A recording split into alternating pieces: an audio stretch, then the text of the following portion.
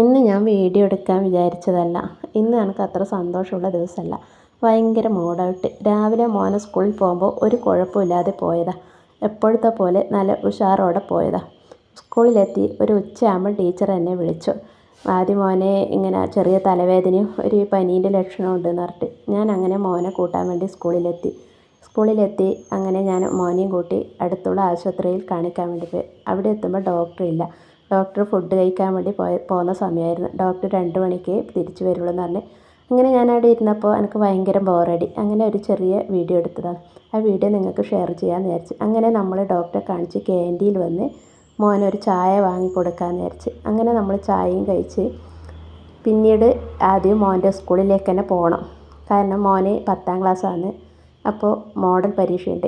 അത് വെറുതെ കളയണ്ട, ഓൻ എഴുതട്ടെ ഞാനും വിചാരിച്ചു.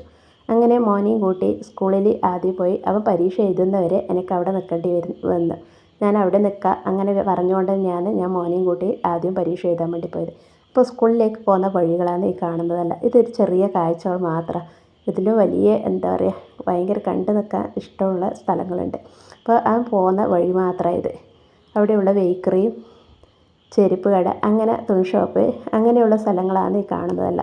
മയിൽ ബസ് സ്റ്റാൻഡിൻ്റെ അടുപ്പിച്ചാണ് സ്കൂൾ. ബസ് സ്റ്റാൻഡ് സ്കൂൾ തൊട്ട് അങ്ങനെയാണുള്ളത്. അപ്പോൾ ഇത് മയിൽ ബസ് സ്റ്റാൻഡിലേക്ക് പോകുന്ന വഴിയാണ് ഇത്.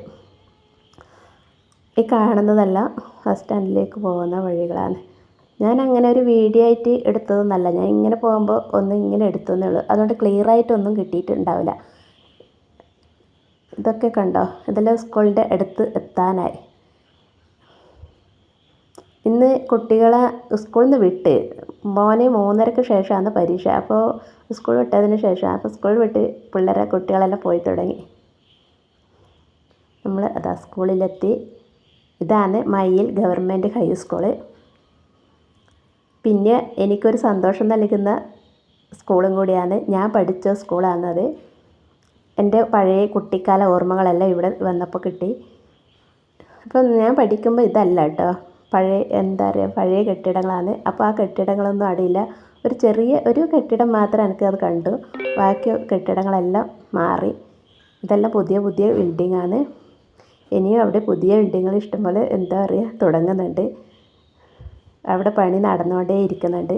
ഇത് വലിയൊരു സ്കൂളാണ് കേട്ടോ. ഒരു ചെറിയ ഭാഗം മാത്രമേ ഞാൻ എടുത്തിട്ടുള്ളൂ. ഭയങ്കര നമുക്ക് അവിടെ പോയപ്പോൾ വല്ലാതെ ഇഷ്ടം തോന്നി. എൻ്റെ പഴയ നെല്ലിമരം, നമ്മൾ അവിടെ നിന്ന് കൂട്ടുകാരൊത്ത് നെല്ലിമരത്തിൻ്റെ ചുവട്ടിലിരുന്ന് വർത്താനം പറയുന്ന ഒരു കാലം ഉണ്ടായിരുന്നു. ആ നെല്ലിമരം കണ്ടപ്പോൾ എനിക്ക് പെട്ടെന്ന് അത് തന്നെ ഓർമ്മ വന്ന്.